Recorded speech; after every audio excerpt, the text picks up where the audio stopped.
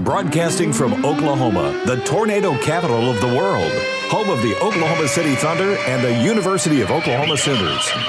This is the Curated Experience Show, a weekly podcast about the customer experience with viewpoints you will not hear anywhere else. And now your host, author, and customer experience expert, Amas Tenumah. Welcome to the show. It is Amas Tenumah and Bob Furniss. Bob, are you still with me? Amas, my man, how are you this morning? I'm doing great. It's the end of another week. It's Friday, which means we do these recordings. So let's jump right in. Today we're tackling a question from a lady in Omaha, and it's all around social media and social channels. And I know your question was very specific, and I promise you we will get to it. But before we get to your direct question, Bob, I want to talk about this concept of being where your customers are, because that's the root of her questions. Our questions are really twofold. It's that she's bought into this idea that you got to be wherever your customers are. And then the second part of her question is, where should you start? Which one of the hundreds of social channels should she pick? But before getting to that second part, I just want to ask you philosophically, lots of people in this industry and friends of ours advocate that you got to be wherever your customers are. In this case, your customers are on Facebook, Twitter, blah, blah, blah. What do you stand on that? Like, what's your take on that general advice that you got to go whatever channels your customers are? Well, I definitely understand probably what she read had some caveats, but if I'm supposed to be where my customers are, then I have to figure out how to offer customer service on TikTok, and haven't quite figured out how that might work. Hey, that might be $1 billion idea. It probably is $1 billion idea. I can think of some creative ways to answer customers that are annoying you on TikTok. But so I know that's not what she meant, and I know that's not what we're talking about. But truthfully, TikTok, YouTube, WhatsApp, WeChat, I'm just running down the list here, Instagram, and one that I don't need, QQ. I'm not sure I know what QQ is, so I've just shown my age probably. Hey, you nailed TikTok. I mean, that's got to give you some millennial points. Dude, that is a rabbit hole that you do not want to add to your phone. No, I'm not doing it. I just can't. Okay, well, I've got enough. It's a rabbit hole. It's a fun rabbit hole, but it's a rabbit hole. Twitter comes in at about number 8 or 7 or 8, and then you've got Snapchat and LinkedIn and Facebook doesn't even rise to the occasion. So the first question is what do we talk about where our customers are? And what we probably mean is we're where our customers are talking about us. So, and you're probably looking at Twitter being the most relevant to business, perhaps. LinkedIn is a place to listen for sure, because people are talking about how you respond to it is up for debate. And WeChat, when you're talking about the messaging opportunities, then yes, I probably need some solution to respond to Facebook messages about my brand. I need some ability to respond to Facebook in the app that's talking about my brand. So I get what we're asking for, and I started talking about this 15 years ago. And I remember being in a room at ICMI and there being 150 people in the workshop, and me saying, who in this room currently is a user on any one of these top 10 apps at the time? And there were 3 people in the room. Wow. So my message then was you need to figure out what they are. My message now is, yes, you need to be where your customers are talking about you, if it is a platform that makes sense from a business perspective. That makes sense. And I want to I want to sort of give my 2 cents on that really quickly, which is that I'm with you. You tongue in cheek talked about how do you provide customer support on TikTok, and I'm sure there's someone listening to that and stealing our ideas, and maybe I won't publish this. But the heart of where you're going is that there's an end to it, right? Like you can't be everywhere your customers are in terms of providing support, right? Like the fact that they're there doesn't mean you should be there, and so there is some of this sort of selection that happens. So I think you said a little bit about you also want to know where they're talking about you, but then you said you don't always have to engage, even though, for example, you said maybe they may be talking about you on LinkedIn, but that doesn't necessarily mean you should set up shop there and start responding to customer support. So talk a little bit about, what advice you give when it comes to this. At the end of the day, there's 1,000 of these things, and she's asking where to start, and where do you go? Is it more about the demo of your customers? You got to pick one or two or three or whatever. How do you help people figure out which ones make the most sense, not just for listening, but for actually providing support? Well, the way you phrase that might be the answer, not just for listening, but maybe it is just for listening to start with. Okay. Right? Okay. Like if I'm a B2B company that's selling dental, most likely a dentist is not going to get on Facebook and complain about my technology, right? Right. So the first question is understand who you are and what your demographics might be, and then listen to those channels. There is inexpensive options for listening, and then there is more expensive options for listening and responding. But get on that channel, those channels that you think your customers. If you're a B2C customer, you've probably got some customers talking about your brand on Facebook. And there's two different talks. There's the talk where they at you, okay? So they literally get on your Facebook page and complain. Those probably have a higher priority than I'm just listening to Facebook and I Bob Furniss posted, hey, I hate ABC company. I hate ABC company without adding ABC company. You can look for public posts, or Twitter it's all public. You can look for posts that have your name without your @ or your hashtag, but you can also look at just which channel are they on, and then understanding that data, decide which channel is the first. There is no guaranteed answer that it's that you're going to choose the right one or that there is a wrong one.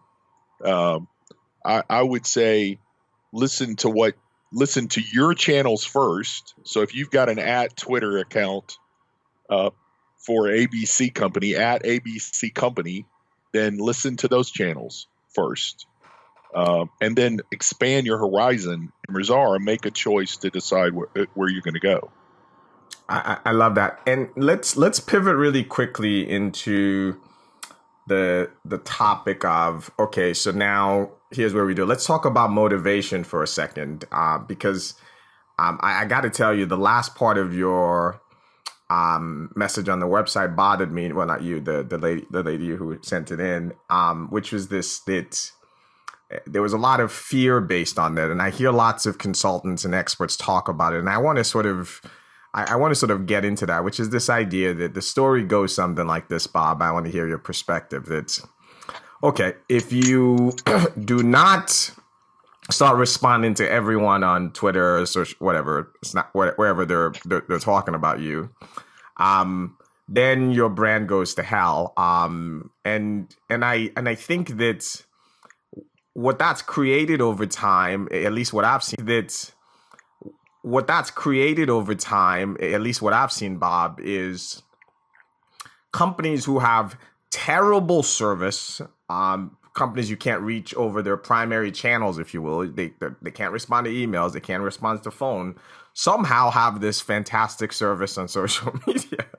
And I know what they're doing, and you know what they're doing, right? Right? They overstaff it, and sort of because of the public nature of it, kind of create this thing. And it bothers me intuitively, because there is a little bit of a I think a discrimination there, not in some sort of racial or what have you, but saying that because this person is smart enough to figure out the power of social media. By the way, I am one of those people. You're one of those people. I follow you on Twitter all the time.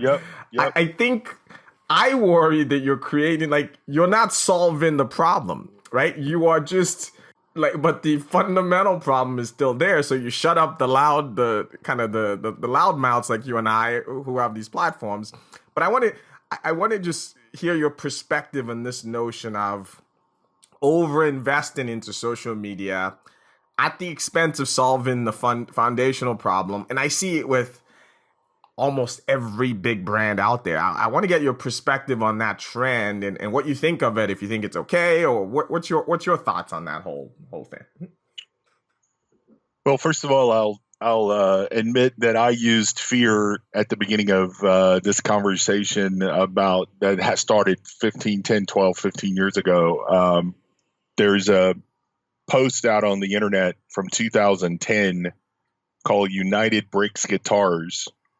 Oh yeah, and yeah. United. As we were talking, I realized, remember that. I looked them up, and as I realized that it was big enough that there's a Wikipedia site called United Breaks Guitars, and depending on which version you look at, they have somewhere around 3 million to 5 million views of that video that the guys made, band made, because the guitars were broken. So the fear of that, you're not gonna win that battle by answering somebody's complaint, right? The fear of viral is real, but it's less. It's not something that just being on the channel is going to fix.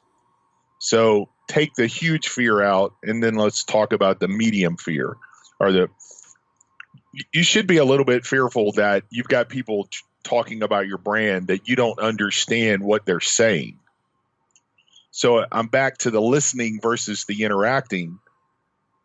Listening versus the interacting.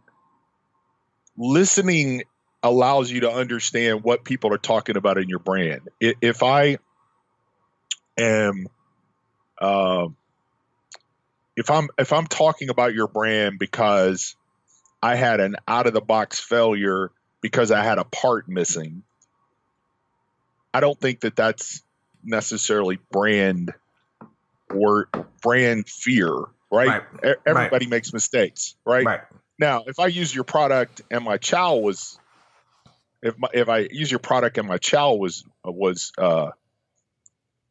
hurt, then now we're gathering data that could validate that we have a problem with our product, and I'm probably wanting to understand more. And so maybe that's one that I am engaging on. So the fear should be tempered by the reality of what you do. And then secondarily, you talked about the specialization of, coming from the industry. I'll take the normal channels, but I'm going to talk about you positively or negatively, depending on what my response is. And if you tick me off really bad, I'll probably give you a pretty good little blast. and then there are times, I had somebody tell me the other day that was reminiscent of the old man standing on the front porch saying, "Get off my lawn." That's what it's like when you post something like that at Twitter. You're showing you're an old man or a Karen. But more realistically, when I ask a question and you provide me a better level of service on Twitter than you do on me picking up the phone and calling you, then you push me there. I didn't choose that. And do you really want people complaining on Twitter, or do you want people to call your 800 number? So it's a a win-lose situation. I can offer better service on Twitter because it's public, but I can draw my customers to that public square to talk about my product negatively and positively. And if my 800 number is not offering the same level of service or even better service, then that's where I'm gonna move to. And again, back to the difference between listening, understanding, and responding. Right? You got a customer who you posted something about how great your product was. Right? Your marketing team posted something, and you've got 12 people who all 12 posts are negative about the product. Right. To not respond there is to say that's okay, right? That okay, well we'll just it's a decision either way, Amas. Right. It's a decision not to respond, or it's a decision to respond, but it shouldn't be a decision to not hear. I couldn't agree more, and we're running out of time, and you're inspiring me to write about this. I will try to summarize, some of what you said. I think, guys, and everyone who's listening, job number one for social, and I didn't have this premeditated, just listening to what Bob was saying in our conversation, is listening. Like, that's table stakes. First thing, you got to go on and you got to be where they are. You don't need to set up shop. You just need to listen and hear what they are saying. And then, I think the next thing you said was understand, and then before you can get to the respond. But the responding part, I think that don't be on social channels that you're not good at, and stop band-aiding the problem. So in other words, fix the underlying issue why people are complaining. Don't just solve the social media people and bribe them to shut up. Like, yes, handle that, but fix the underlying issue, because chances are if people are complaining on social media, they're complaining on phone. It's just not as public as it is. So make sure you're putting resources towards solving that. And then, Bob, before I let you go, I want you to answer the last part of a question, which is, where do you start? I know you need a lot more detail, but just in general, if you can just quickly just give here are the 2 or 3 things of where I would start in evaluating, okay, you can't be on 100 social channels. I will go step 1, 2, and 3 to get you started, and then grow from there. Well, I'm going to listen on Facebook first because it is that kind of place. I'm going to listen on a new one, perhaps. I'm going to at least open up the spigot on Neighborhood, or is it called Neighborhood? I think it is NEIB Neighborhood. Next Door. Sorry. Next Door. Yeah. Oh gosh, yeah, yes. which is new to the team. Yeah. I do see a little bit of tinfoil hats and people on their front porch yelling at the neighbors on that site. But the three that come to mind, Amas, is Facebook, Twitter, and Instagram. And Instagram would be that if you have a market presence on Instagram. Right. If you don't have a market presence on Instagram, maybe not. But Twitter and Facebook. Now, I showed my age, right? So listen to the place. It's back to the answer of where are your customers? If you have a market for a bunch of 20 to 25-year-olds, they're not on Facebook anymore. Right. All right. So going to Facebook, if that's what your market segment is, you got to be where they are. And quite honestly, I'm not sure I know where they are outside of Instagram.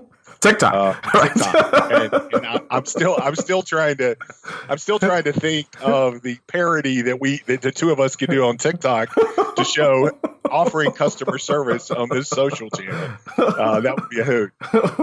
Maybe we'll have to work that, and I'd love to write a more detailed article about this. What's interesting is a lot of these advice hasn't changed a lot.